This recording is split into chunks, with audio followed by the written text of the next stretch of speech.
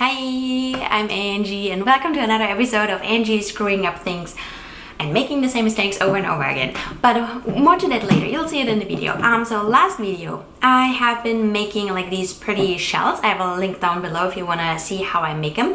Painted the mold and I think they turned out really pretty, and today I wanted to make the filling. So I'm going to make, what am I going to make? Oh, a black sesame praline. Oh, buckle up for this one. And then a cherry caramel. Okay, I have to be completely honest with you.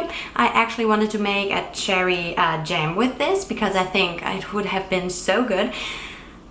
But I cannot make jams over and over again. I mean, the recipe would kind of be the same as pretty much always. So I thought, okay, let's just make a cherry caramel, just to mix things up a little bit. What can I tell you? I just love jam.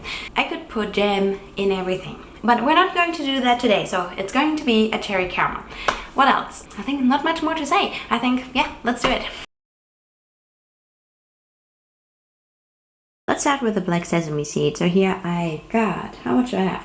I have 160 grams of sugar and about 2 tablespoons of glucose syrup. You can always replace the glucose syrup with sugar, but I think it just gives it a nicer texture and it's easier to caramelize your sugar.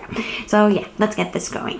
While this is doing its thing, I have 300 grams of sesame seeds here and about 1 to 2 tablespoons of cacao butter.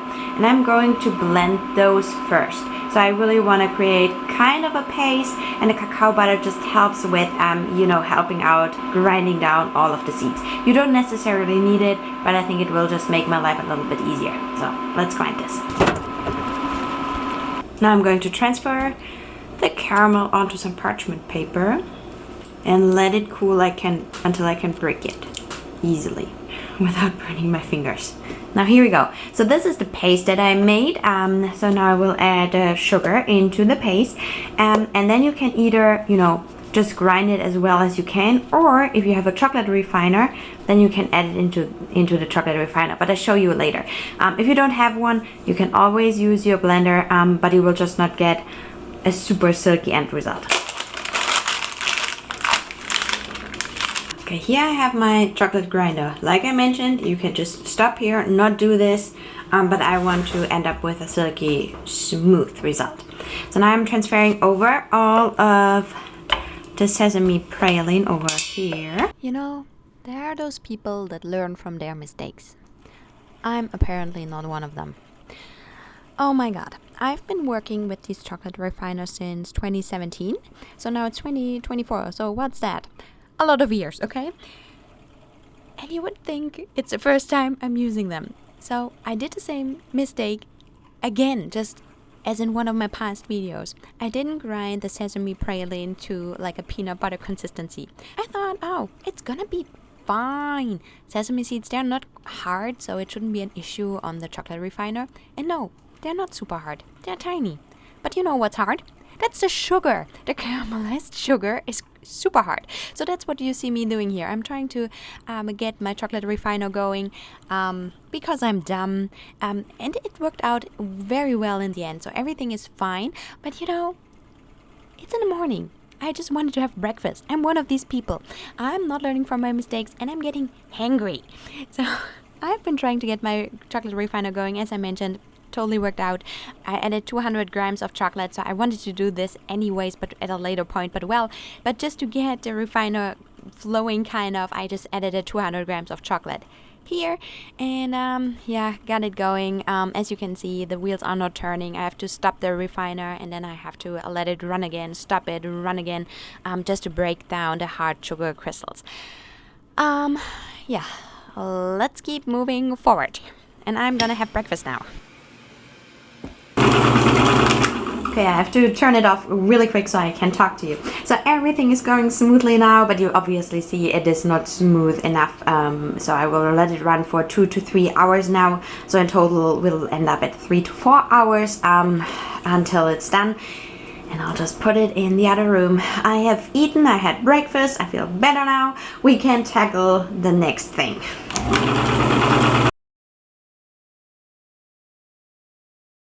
Okay, so now we're kind of doing the same thing. I have 60 grams of sugar, 1 tablespoon of glucose syrup, and we'll let it caramelize. But we will not transfer it over to a parchment paper, but more to that in a second when everything is going here. Now this is a very small amount, so this will go much quicker, but still I want to do something while I'm waiting. I have about 140 grams of cherries here, so I just defrosted them, and now I'm going just to puree them with an immersion blender, and we'll use it later. Okay, now I'm going to add my cherry puree. I want to get rid of some of the water, so it is a little bit too watery for me at the moment, so I'll just let it cook for maybe 3-4 minutes and just keep stirring so nothing is burning. Now I am adding 150 grams of chocolate. I'm using a dark chocolate. You do whatever you want. And I have 26 grams of butter. Cool, so I don't have butter at home. Oh, which means I'm just using cacao butter. Yeah, but go for it if you have regular butter. Just add it in there as well. And I heated this up in the microwave like for 1 minute, so it's already a little bit melted. It just makes my life a little bit easier when I'm blending in a second. And now I'm blending this. Here we go. This is the caramel. Looks pretty good. I let this cool down now. Wait for the sesame praline to be done, and then we can pipe. Great. I already broke 2 of my shells. Well, I mean, we'll still keep going. I think they still look cute, but yeah, 2 are broken, but whatever.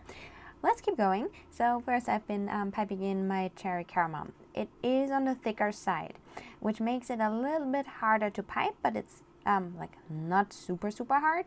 The only thing is that the caramel lays on top of my shells and it's not really in the cavity. So what I've been doing is the following.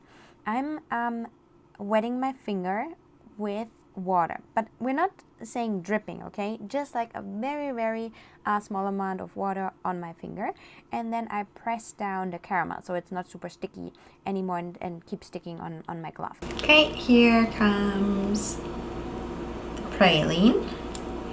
So I want to say I let my grinder run for about 4 hours. I let my sesame praline now set for a little bit, maybe for half an hour or so, and then I can cap them with my chocolate. And then I'll show you the end result. Okay, like I mentioned, there were 2 that were already broken. The shell was already broken, so let's just give this one a try. Maybe I can bite it so you can see the filling. Can you see that better? The light is pretty bad at the moment. But this part here is the cherry and this part here is the black sesame seed. In general, I like it, but both the caramel and the black sesame seed, they're quite heavy. So guess what? I wish I would have used my jam. I think the jam would have worked fantastic in it, like if I would have made a cherry jam. Here we are now. I regret it a tiny little bit, okay? A tiny little bit, I do regret it, but it still tastes really good. So I don't want to say that I don't like it or anything. I just feel like there should have been some lightness to it, like, you know, some acidity. Maybe add a little bit of lemon juice when you make the caramel. That could do the trick as well. But that's the only thing I would change. Cool! No, I do think that's a success. As always, thank you so much for watching. You know how it goes. If you have questions, you leave them down below. You can send me a DM on Instagram at chocolate_spiel. And yeah, tools, equipment down below. I have a couple of links, a couple of lists. And yeah, that's all. Have a good one.